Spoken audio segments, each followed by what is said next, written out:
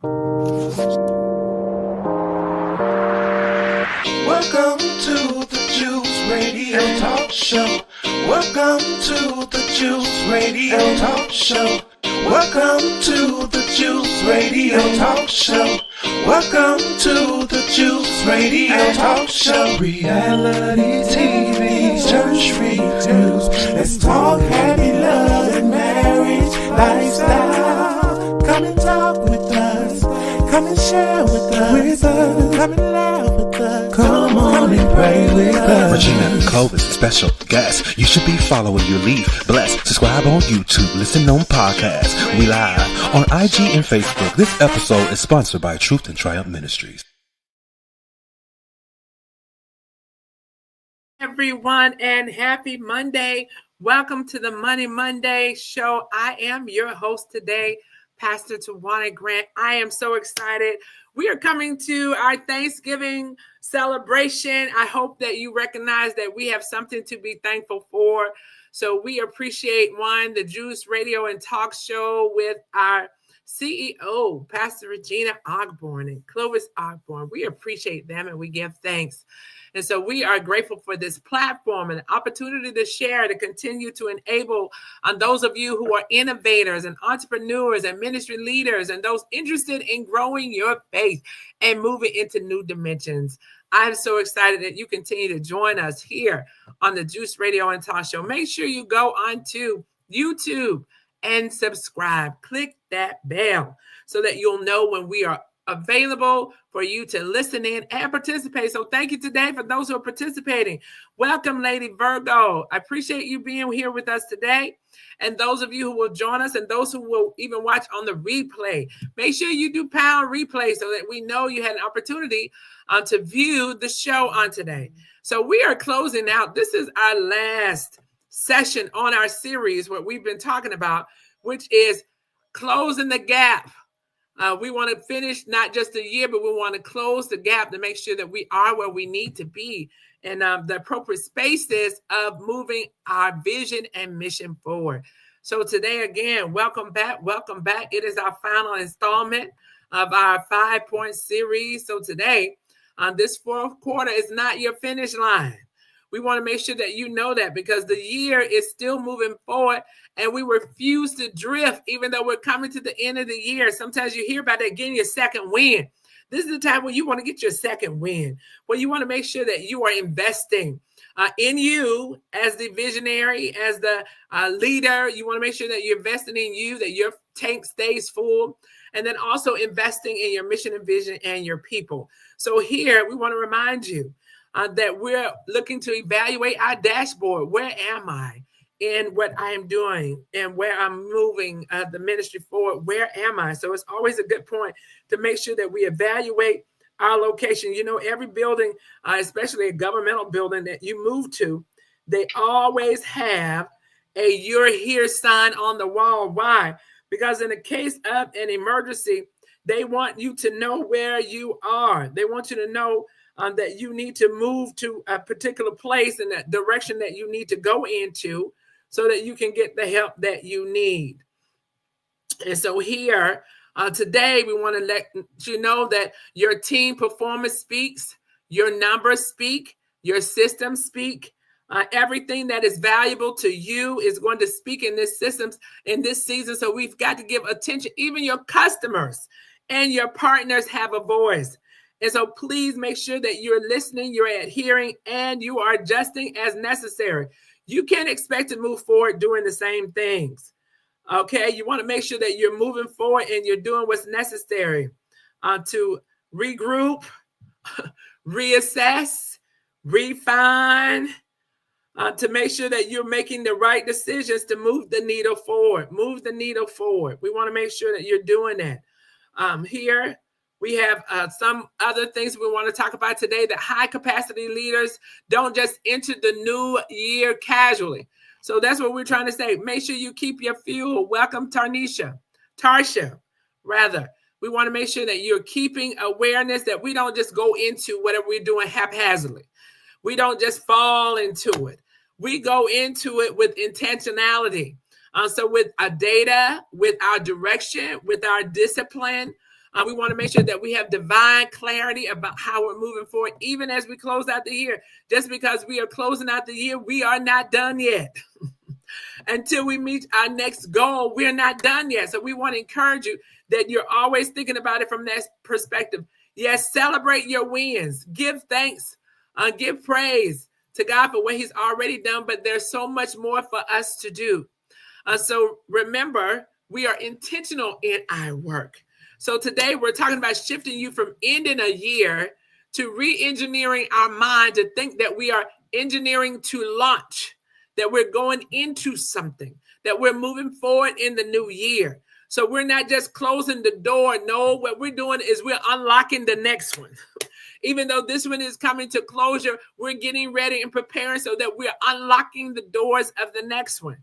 Because leaders don't just wait for January to start. They build momentum before January. And then when January meets, when it comes in, we are already in momentum. We already have motion. We're already intentional. So today we're finishing strong and we're starting even stronger. While we're finishing the year out strong, we're moving into this new year even stronger. Habakkuk talks about that. Write the vision, make it plain so that he that readeth can run with it. And so here, the vision is also for an appointed time. And so we know that the scripture is a business principle as well. Here, it is a leadership principle as well. Here, it is a ministry operation principle as well that we can apply it. So making it plain. How do you make it plain in your business, in your ministry?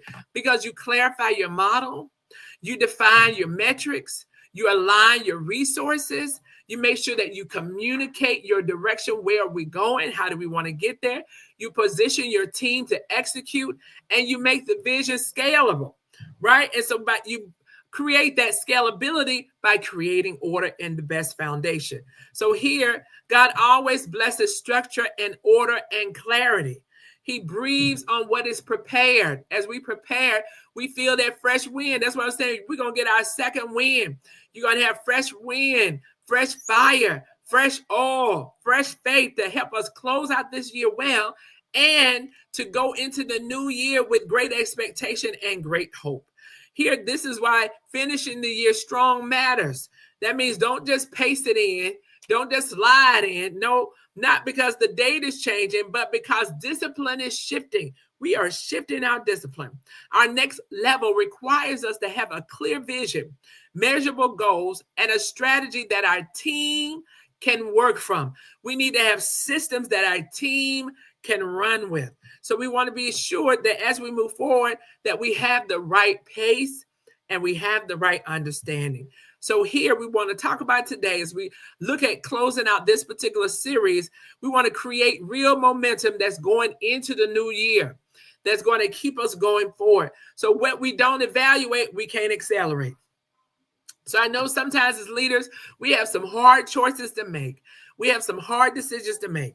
Sometimes they are not popular. Can I say that? Sometimes we are not making the popular decisions that everyone is in agreement, but that's why you are the leader. That's why you have the insight and the discernment and the awareness, and then you bring others on board. So here as a leader, you've got to conduct a business audit, conduct a ministry audit. Look at our revenue. Where are our strongest points? Where are our weakness points? Where do we need to evolve in some of our streams of income? What do we need to assess even our expenses? What isn't producing an ROI? What isn't giving us a return on investment? How can we therefore reduce that and attribute those fundings to something else where we will have a bigger push, where we will have a bigger zeal, where we have the interest of those that are coming along? Sometimes even as leaders, thank you, Holy Ghost, sometimes as leaders, we might have an idea and it's not for now. That's what we talked about. Timing is so key. Sometimes it is a vision appointment. Sometimes it is strategizing to get ready for the right timing.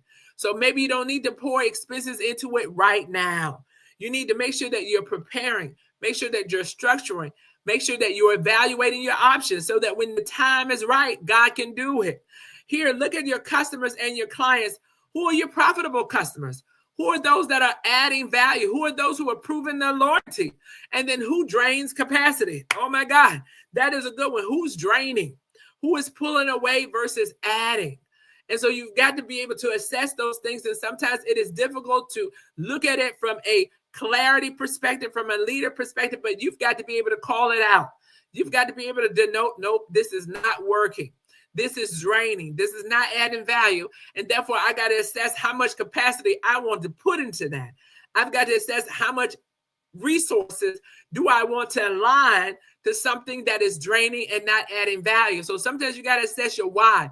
Why are you doing that? Sometimes we have different complexes. Sometimes we have different biases. Sometimes we have different alignments and loyalties that the road has run out and there's time for separation. There's a way to be gracefully disengaged. Yes, it is. So sometimes you have to allow grace to allow you to move and pivot into the things that are better for you. Welcome, Ollie. Glad to have you today. So team performance, you want to look at that as well. Who is aligned and who is overextended? Who has the capacity to move forward in things? Who has the capacity and have giftings and talents and graces that you can align them further in other lanes and other channels of work? And then who's overextended? Who is it that you need to now reassess what they've been given so that they can work at their best? We don't want to overuse, overtax, overextend, because people will move into a lane where they feel where they are being neglected and where they're being abused or whether they're not being taken into consideration. As a leader, you have to do that, because even sometimes we may have people who are on our team and they're type A, they have a lot of zeal and they continue to take on more. We have to have a posture of wisdom and discernment to know, yes, I know you can do it. Yes, I know you are willing to do it. But thirdly, I care enough about you and the mission of God to know you can't do everything. And so I have people in my ministry and business that I have to also be mindful of them, because they have that mindset of always wanting to be vision pushers. They're purpose pushers. And I thank God for them. I appreciate them. But then as a leader, as one who has oversight and the one who has accountability and responsibility, you have to therefore also manage their capacity to help them to understand, yes, I know you can. And yes, I know you're willing, but you can't do everything. You have to take care of you. You can do so much better in the things you have been given responsibility to without overloading your plate. So here we have to look at that. Team performance is impacted by capacity. And you have to be able to know where you need to draw down and allow others to push up. You know, that's the spirit of discernment. You've got to have that when you're operating in the things of God, whether you're in your vocation, in working in the marketplace, you're in business, or if you're in ministry, you've got to have the spirit of discernment. Pray for that, because you have to know when to push levers and when to pull back. When to push in on something and when to pull back and maybe reset, revise, renew, retrain, because that kind of grace is necessary. Then you also want to look at it from a marketing perspective, what actually converted to revenue. So sometimes we're spending money in marketing and we're not doing our assessment. We have to assess where you are pouring revenue, where you're pouring your resources in, to see if you're getting the return that is necessary to continue doing so. If we're not getting the return, then maybe we need to do it differently. If you put marketing into, perhaps you're doing sales and maybe they're doing calls for you, or maybe you're doing a billboard, or maybe you're passing out flyers, you need to go back and assess to see, did it actually convert into revenue? Did it convert into a new client? Did it make any noise? That's good. What kind of noise did this make for your business? And if it didn't make any, then you need to reassess and realign. Looking at ministry impact, what bore spiritual fruit? What fruit came out of this? If you're operating, you're starting a new venture in ministry, you're starting to do some new activities within ministry, we're looking for fruit, not just activity. Because sometimes we can be busy, but busyness is not the sign of fruitfulness. Yes, sometimes you can do one thing, a lot of fruit, versus doing 5 things and being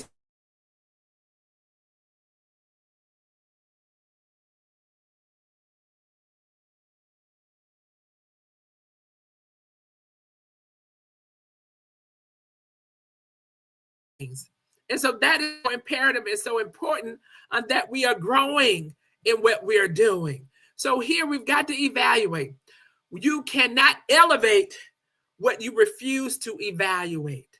So evaluate is good. I hear all the time people say, well, you judge it. No, I'm fruit inspected. No, I am called to be a discerner of what is good and evil.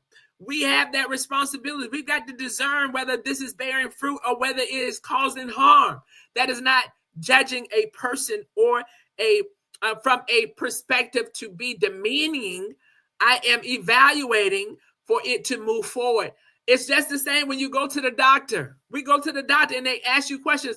They are evaluating your health. They're evaluating to see, where are you? Where do I need to put attention at? What do I need to put some test on? What do I need to make it better, make you healthier?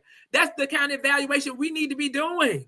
And don't be afraid to do that, because sometimes we allow things to align for so long until it dies and until it causes more harm than good. No, you need to be evaluating. Even in your business, you have to evaluate. So here, you have to make sure that you give your time to evaluation. You also want to make sure that in your next level, it requires better systems. I'm sorry, y'all look like we were having some technical difficulties there, but you also want to make sure that you have better systems, not just bigger vision. Woo, not just bigger vision. We can have bigger vision, but do you have a system that can support it? So not just having a bigger vision, we want to have better systems. So many leaders fail because we're trying to scale with passion instead of structure. We can scale with passion, but we also need to align it to structure. If God sends increase to a system that can't handle increase, that increase becomes stress. That's why sometimes God puts us in a waiting pattern. That's why he puts us in the process. That's why we're in the system of preparation, so that when it does come, we're ready. So here, before the year ends, what you're planning on in 2026, what you are envisioning, what you are calling forward, what you are tarrying for, what you are fasting for, what you are believing for, also make sure you are preparing for, not just in our thinking, not just in our mindset, but naturally in the earth. What structural systems have you set up to handle it as it comes? So here, there are 3 essential systems that we need to look at when you're running a business. Weekly cash flow review, looking at automated savings, looking at clear profit savings. So these are financial systems. We need to look at that from your financial systems.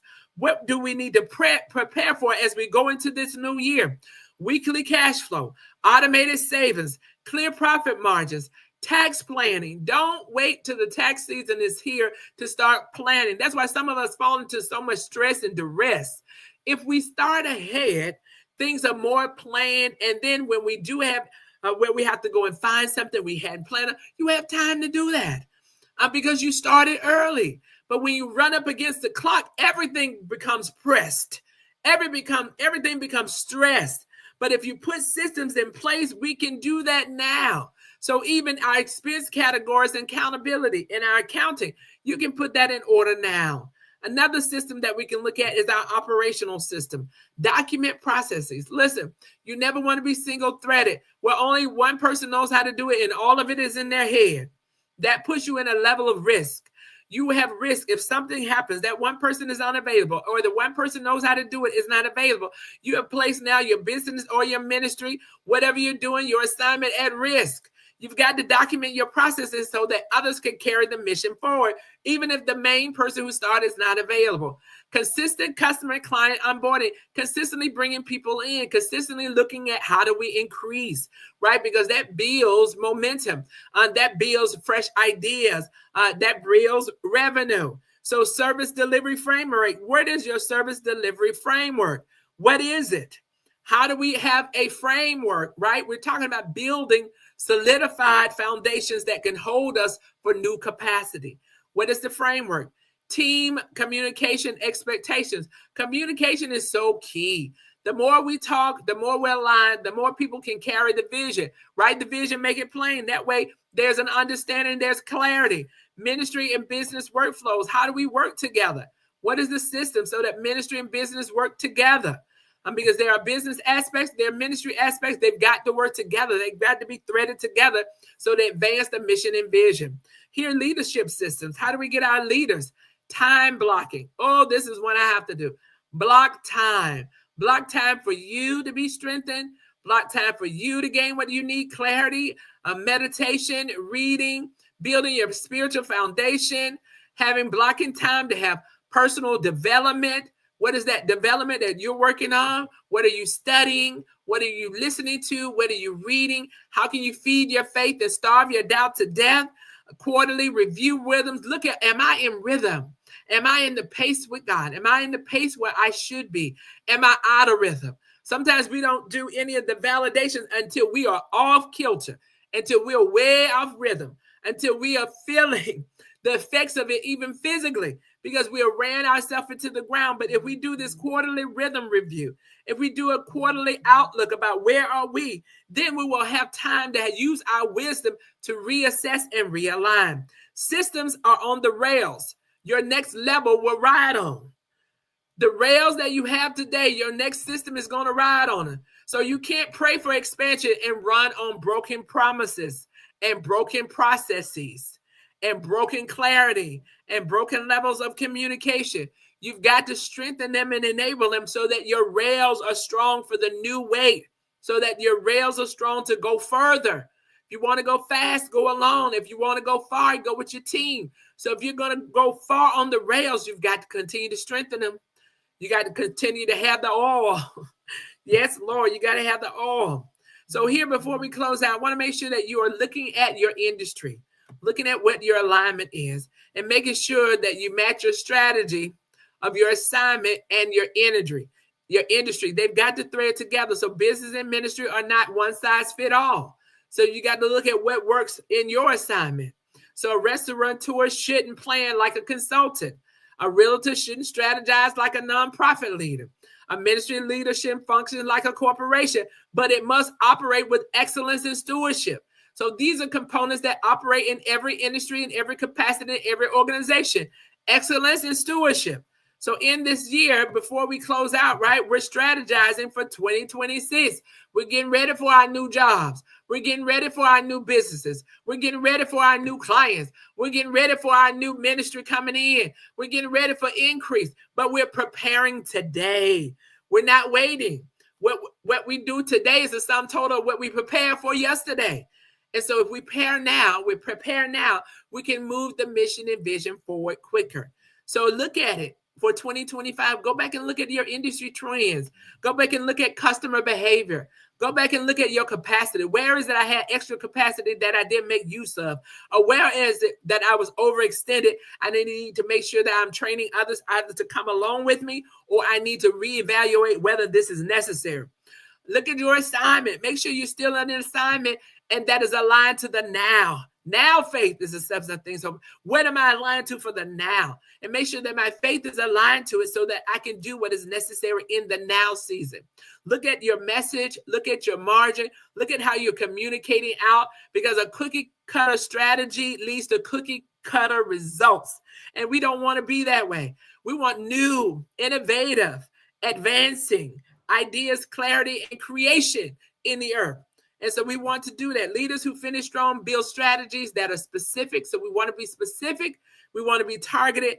And we want to make sure it is tied to our purpose and mandate, our mandate from God. So again, don't just prepare to end the year. Prepare for momentum. We are refueling in these last weeks going out of 2025. We're refueling and we're getting ourselves ready to maintain our goal and maintain our momentum in 2026.